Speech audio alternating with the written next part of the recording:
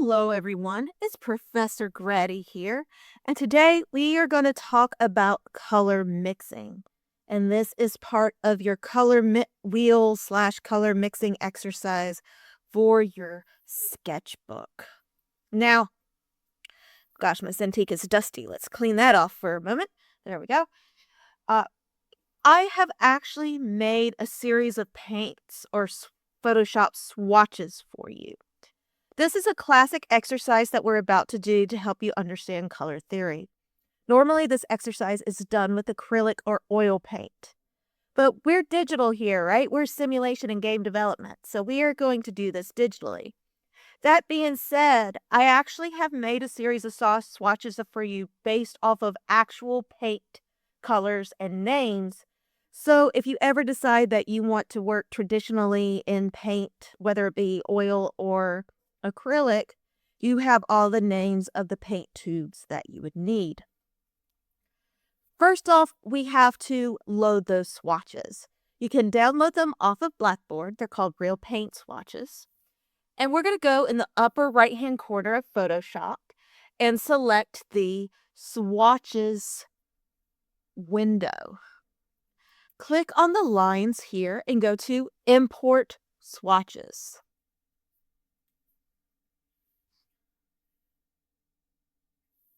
So I'm going to go over to demo videos here.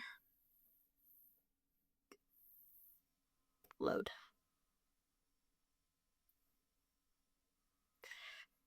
And if we scroll down, we now see those. You can see I've loaded them multiple times, but we have those real paint swatches. We're going to want to see the names though, so we're going to set up our view a little bit different. I'm going to go over to those same lines, and I'm going to go to Large List. This will show me the swatches and also show me the names next to them. This is really important because if you look back at your lab instructions, there's actually a list of colors of what you're supposed to use and what you're supposed to mix. So we got our real paint swatches here, right? And you'll notice that we have two different colors for our primary colors. We have a lemon yellow and a cadmium yellow. We have Nanthal red and alizarin crimson. We have phthalo blue and ultramarine. Ignore the Prussian blue for now. Yeah, and those are our three primary colors. We have some secondary colors, but it's mostly those primary colors and some neutrals. We have three colors that are used for mixing black as well, which is sap green, alizarin crimson, and Prussian blue. But all of these are what you would actually buy if going to an art store. Like every art set has an alizarin crimson. It's one of the most important paint colors and things like that. So if you ever want to buy paint, just bring this list to the store. But there's another reason why we have two for each primary color. And that's because one of these is a cool version of the primary color and one is a warm version of the primary color. And when we mix the two, we can get a true neutral version of that primary color. So let's start with yellow here. We have the cool version, which is the lemon yellow, sometimes called bismuth yellow. And we have the warm version of cadmium yellow medium. You'll see a whole bunch of different cadmiums in the store, but cadmium yellow medium is where to go. This is the warm version. So I'm going to take that. I'm going to take my paintbrush. I'm going to just use a simple opaque default brush. So I'll use the hard ground here. I want my opacity at 100% and my flow at 100%.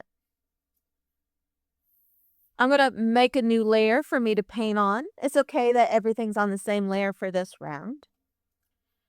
And I'm going to lay down a little bit of that warm cadmium yellow in my yellow portion of my color wheel, all right? Then I'm going to go to my lemon yellow, and I'm going to change my opacity to 50%. Now, the quick way to change your opacity on the fly is to use the number keys on my keyboard. Watch what happens up here at opacity when I hit number 5 on my keyboard.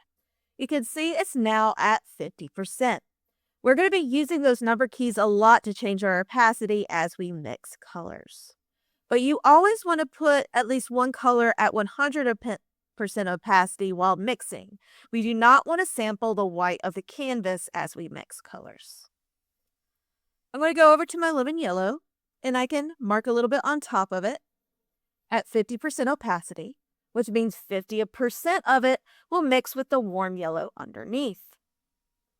I can now hold down my Alt key, which y'all know when you're using your paintbrush means that you can sample the color of the canvas. And I'm going to sample that color I just mixed.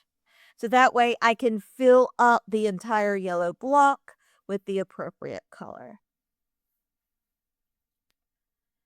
And now I can bring my opacity back up to 100%. We're going to use our keyboard shortcuts to make that go fast. If I hit 0 on my keyboard, 0 on my keyboard, it will bring me up to 100%. Now I can color in the mixed version of a color that I sampled and have a truly neutral yellow. I'm not worried about coloring within the lines. Ask your specific professor if they want you to color in the lines. But for me personally, it's part of demonstration. It's just quicker not to worry about that. So let's see the difference. I'm going to grab this lemon yellow.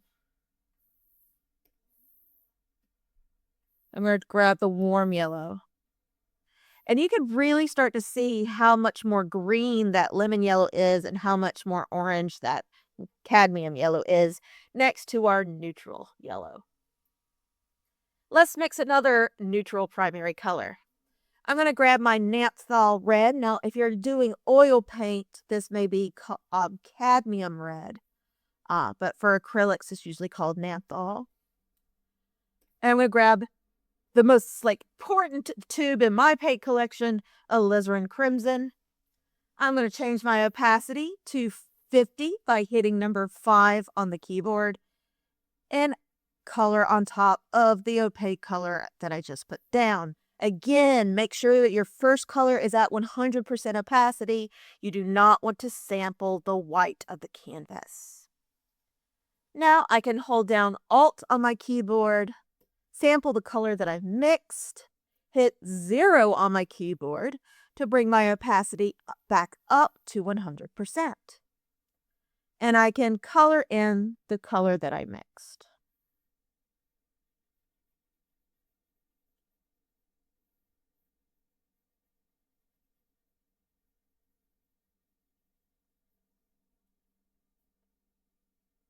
So let's just for fun see those two different versions of red next to the one that we mixed. You can see this one is a little bit more yellow and the alizarin is a little bit more purple.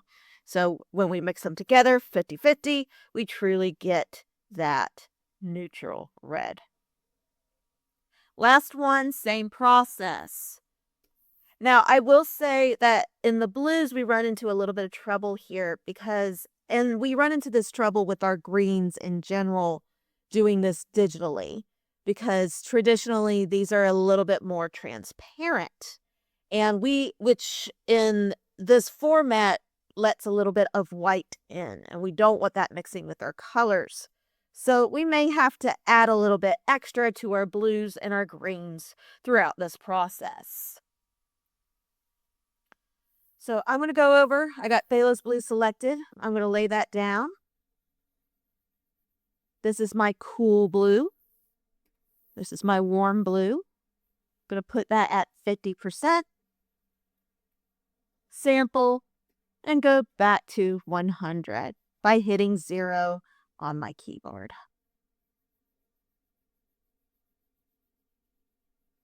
That's a pretty darn good blue. I'm really happy with that. And let's just look, since we looked at all the difference between the other two, we can see ultramarine versus Phthalo's versus the blue that we mixed. And you can see that it's pretty close to an ultramarine here because our phthalo blue, which is the green blue, is a little bit weak. But that's okay for this step in the process. Let's mix our secondary colors. We're going to say green for last because it's going to be the most problematic. I'm going to hold down Alt on my keyboard and sample the red. And we're going to put a little bit in the violet category. Then I'm going to hold down Alt, sample blue, hit 5 on my keyboard. So now my opacity is at 50%. Sample that color, Alt, click, hit 0. So I'm back at 100%. You start 100, 50, 100, 100, 50, 100. Got my violet there. That's actually a pretty good violet. And you'll notice that as we mix the colors, they have a little bit of extra, almost neutral brown, deep color to them, as if they're desaturating a little bit. And that's actually what we want. And one of the reasons it's so important to mix colors, because if you just use colors straight from the color picker at maximum saturation, everything's going to be too saturate. If one of the things that I see students do, they'll make their sky this color blue, they'll make their grass this color green.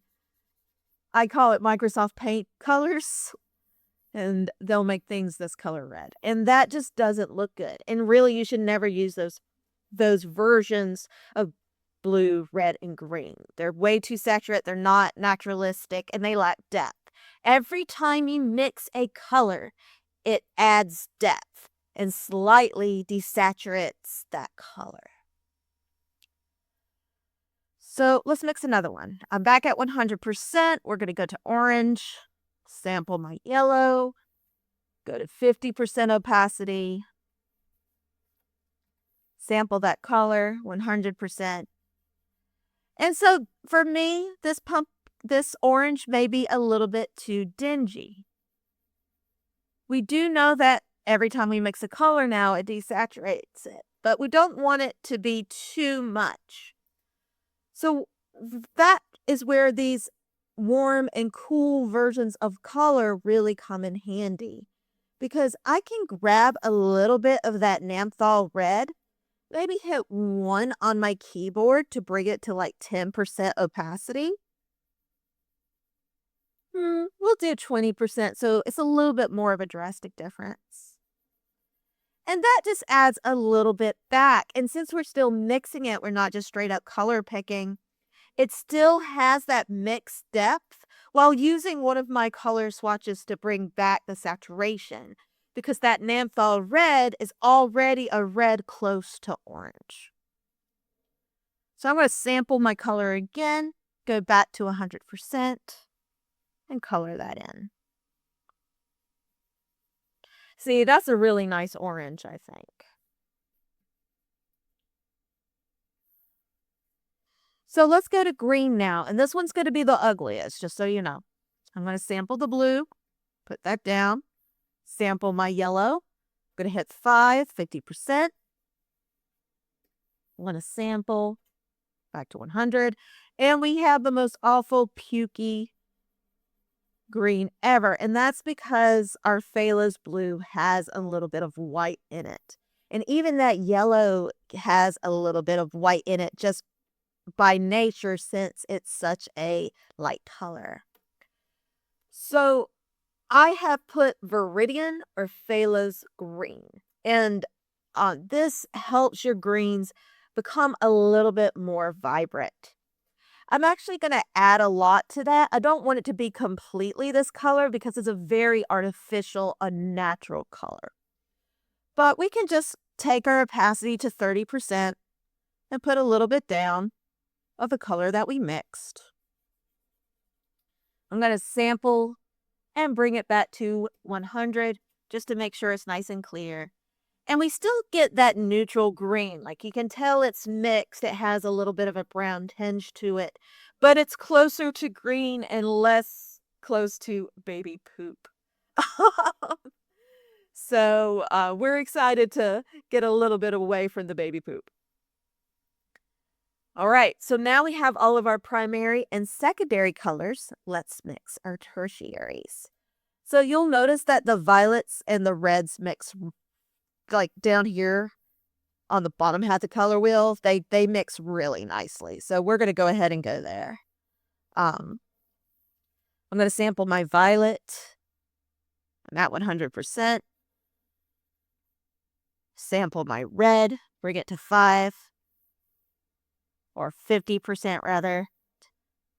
Sample, bring it back to 100. And since we've done this step so many times, anytime I go 100, 150, 100 to 50 to 100 opacity, I'm not going to say it as much. We've done it with almost every color so far. Y'all should have that rhythm down by the time that you're mixing your tertiary colors. Now you notice I do have a Crimson Drone Magenta, and this is really nice when you do want that like really hyper pure purple. But we're going for more mixed colors, so we're not going to use that color. Okay, I'm going to go to red. Oop, better get back to 100 opacity there. And orange, 50, sample, 100, color end. Gosh, that's a beautiful red orange. I'm really happy with that.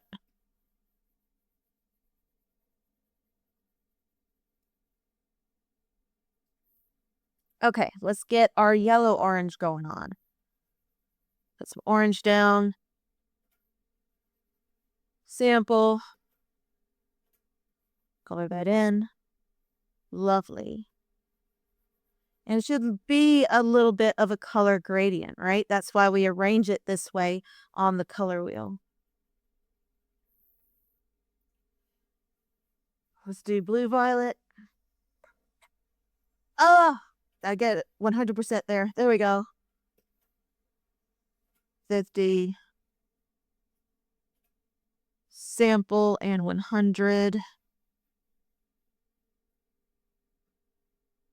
We got blue violet.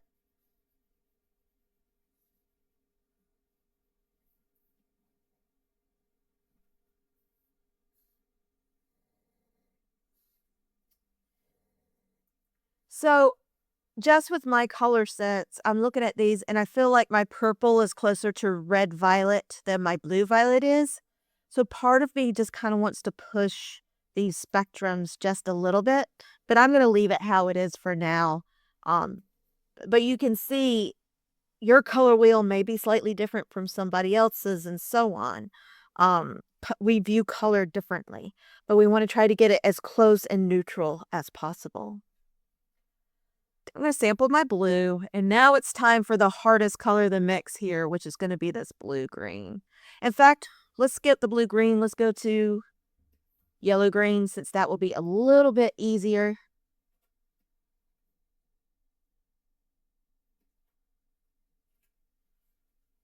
Yeah, that's a nice yellow-green.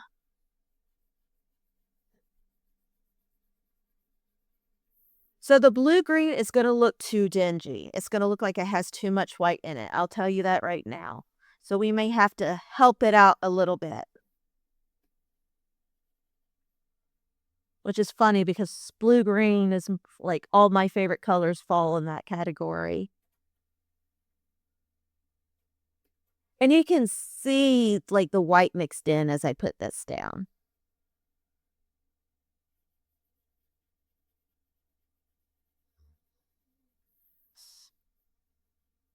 So the goal of this exercise is to mix our color, but that blue-green is so off. We're just gonna use some digital tools to help us just a little bit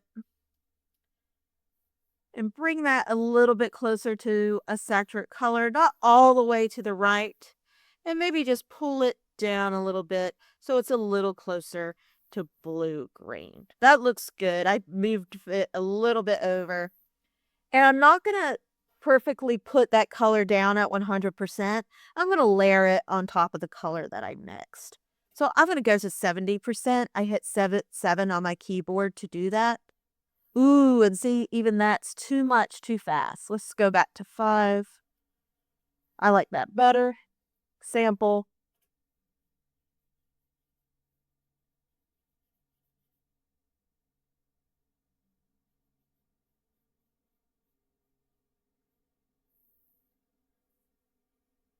And it stands out just a little bit. I'm going to bring it down. It's a little bit too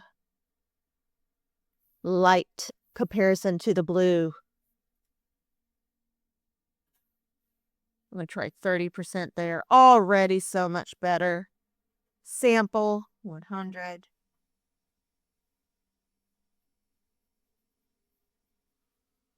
Now that's a blue-green I can get behind. I support that. And now I have it filled in color wheel. But we're going to actually mix our own blacks.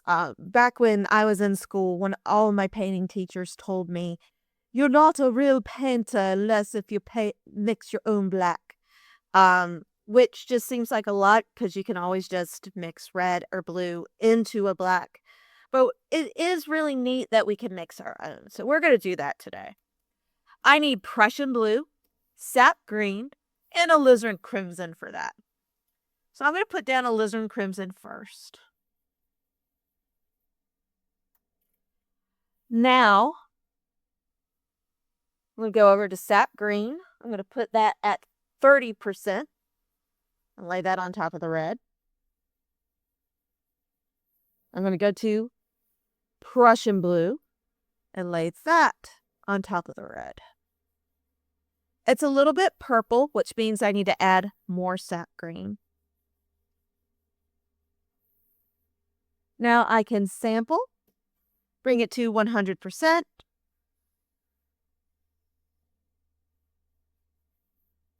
This looks a little red to me. Like it's more of a brown rather than a black. So that means we need to add a little bit more green, a little bit more blue. Go back to 30 again.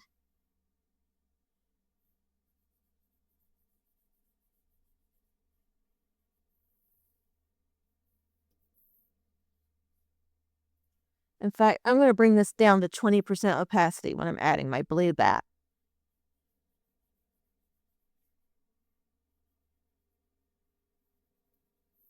Sample again if you need to. Mine's pretty even, but it's still always good to sample in case if there's any variation and color it in. And now I have mixed my own black. This is going to be great for our tints, our tones, and our shades. Remember that a tint is a color mixed with white, a tone is a color mixed with gray, and a shade is a color mixed with black. And we're going to paint these in here. We're going to paint them by hand. Do not use the gradient tool. If you use the gradient tool, then you will not get credit for this assignment. So we need to pick a color. I'm going to pick my blue violet because I really like how it came out. And you can do different colors if you would like. But I'm just going to do the same color so we can really see the difference. I can sample my black for my shade here and put it at the opposite end. I can change my black to 50% for my tone to get the gray that I need. And of course, the tint is white. My canvas is white. That gives me plenty to sample with. And I'm going to go ahead and do the middle point of each one. So that means I can put this down at 100% at 50%. No, just kidding. 100% opacity here. I'll sample my gray as well. Put that 100% opacity in the middle. And then we're going to sample our color that we're going to fade and or have a variety of tints, tones, and shades, because that's what we're going to do. We're going to create a fade for each one of those bars. And I'm going to change it to 50% opacity. And I can lay it on top of my color. So I'm going to lay it on top of the black here. I'm going to lay it on top of the gray here. And I'm going to lay it on top of the white here. And I could keep doing that process to make my fade. Whoop. 100.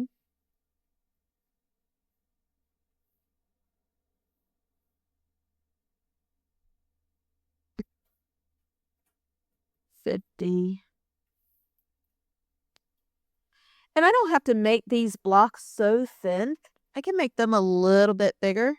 This is a good size.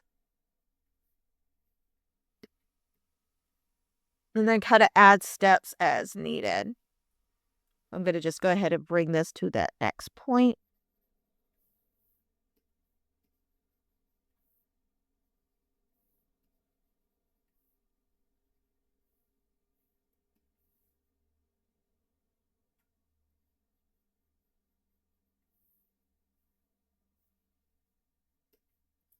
And it's okay if it has steps. I actually like it to not be perfectly smooth blend, so I can see that you are actively mixing your colors.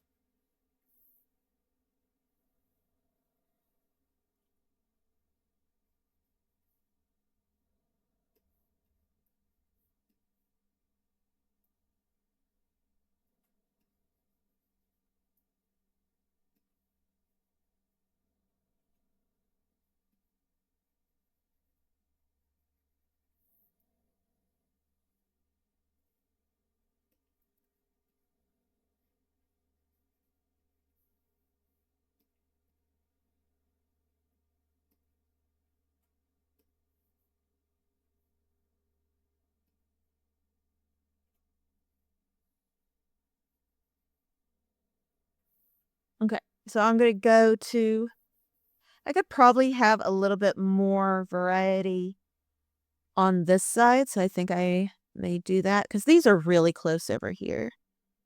So I'm gonna bring this one over.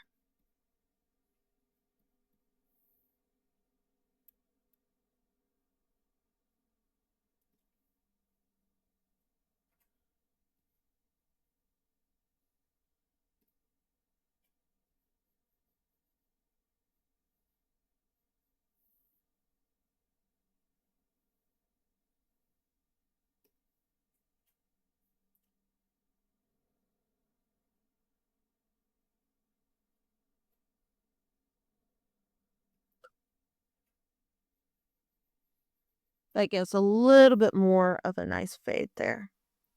Okay, so tone is next. Same process. I can sample 100, sample 50. Always go back to 100 when you want to paint that nice and solid.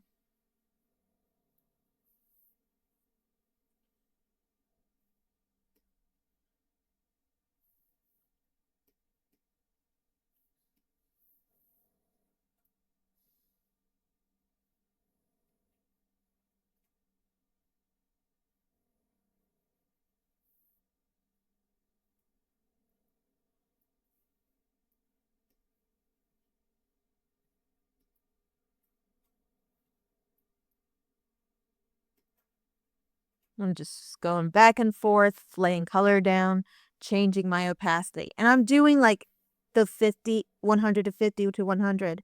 But you can play with different opacities as you make your fades.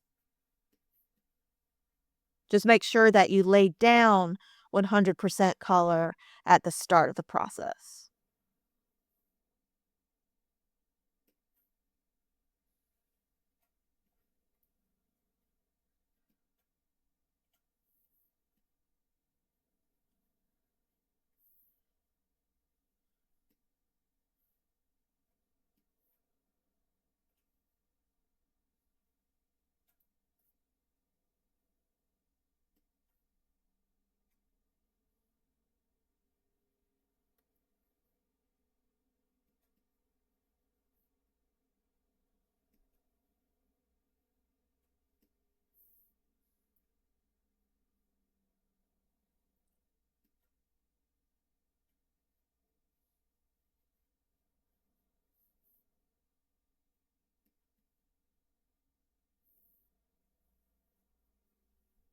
All right, last one, our tint fade.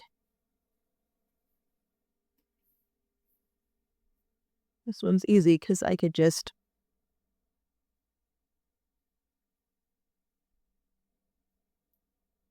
really sample and use the canvas to help me out.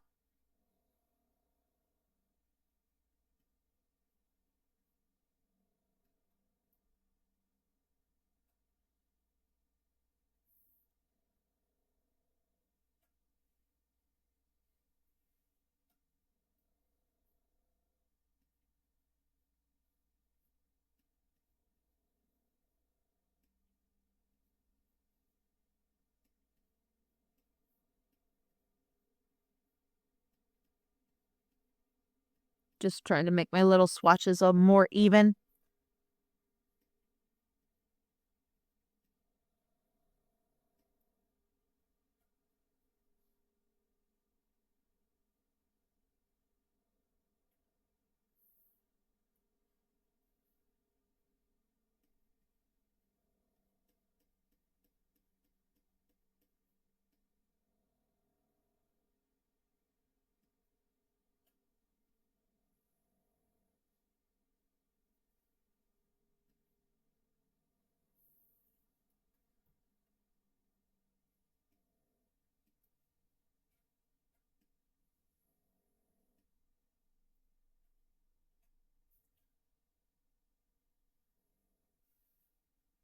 You can see that you really see the differences on the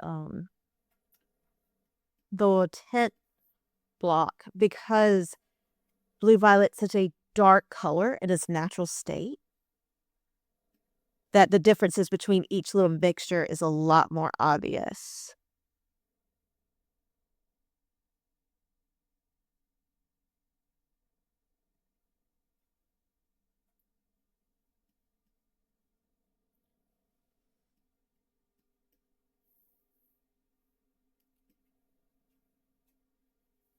Gonna even try a little bit of the 30% opacity there to kind of get a cleaner stair step.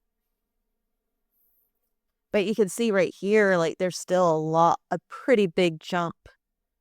I have to figure that out as I get there.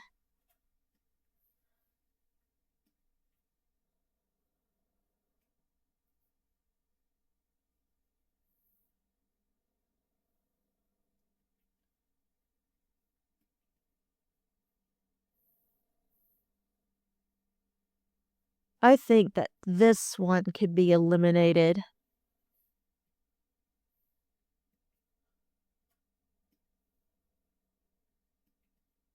Yeah, that's a little bit more of a natural jump.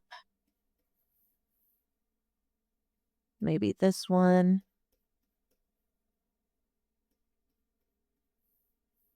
So then there's a smoother jump between these two.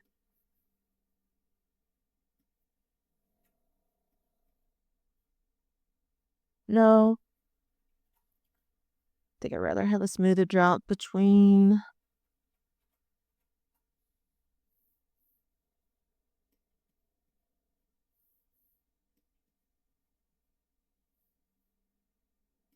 Swap.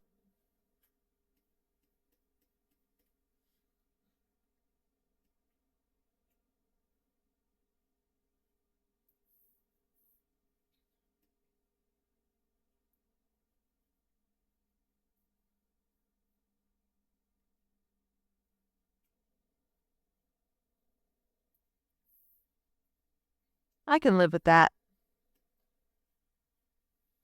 This jump is still really extreme, but I might just have to live with it.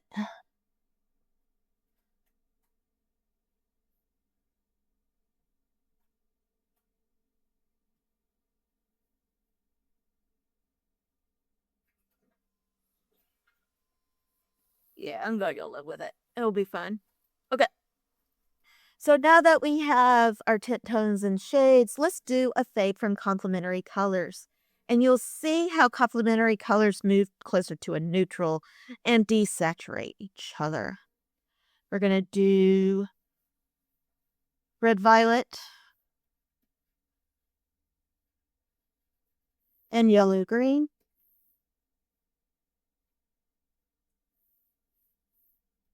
Remember to always start with the color at 100% opacity, otherwise you'll pick up the white of the canvas, which you do not want to do in this case. Let's go to 50 for that red. And now I have a nice 50-50 red, violet, yellow, green that I can lay down and use elsewhere.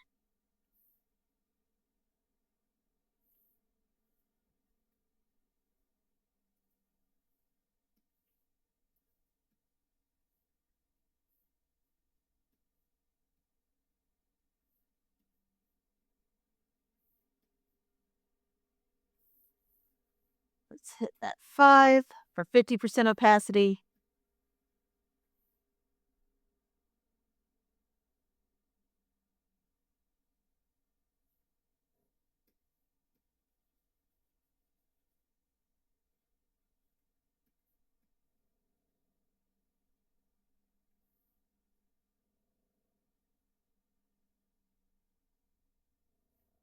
Yeah, this is supposed to be right here, I think. I confuzzled myself. Okay. Do not.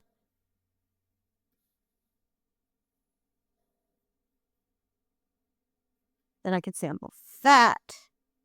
Do not.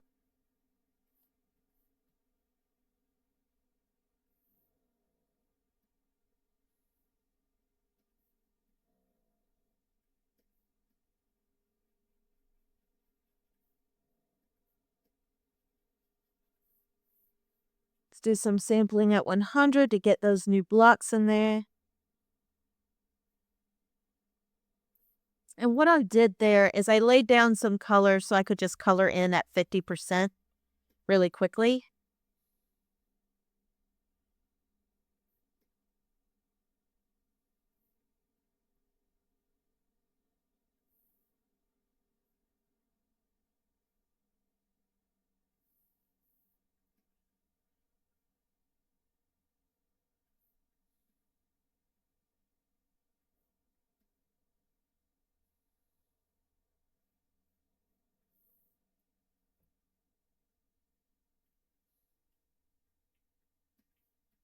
Now my last little blocks.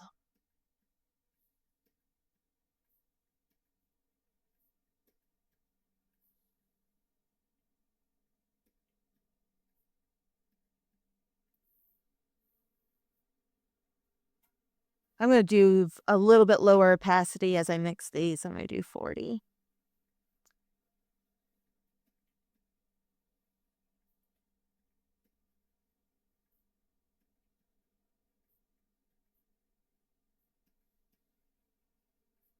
Just mixing the one before it.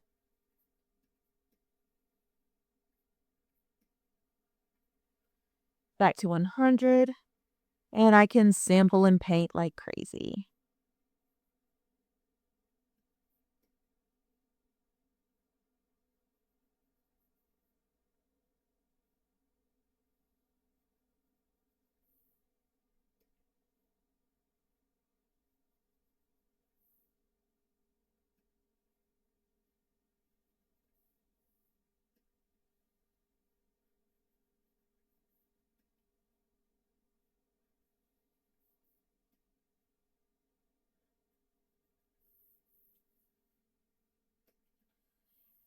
And now I have mixed a crazy range of colors. You can even use this as you work on projects if you want to like sample from your color wheel. Um, Make sure you keep this color wheel. It is part of your sketchbook. And I hope you enjoyed mixing color today and have a great rest of your week.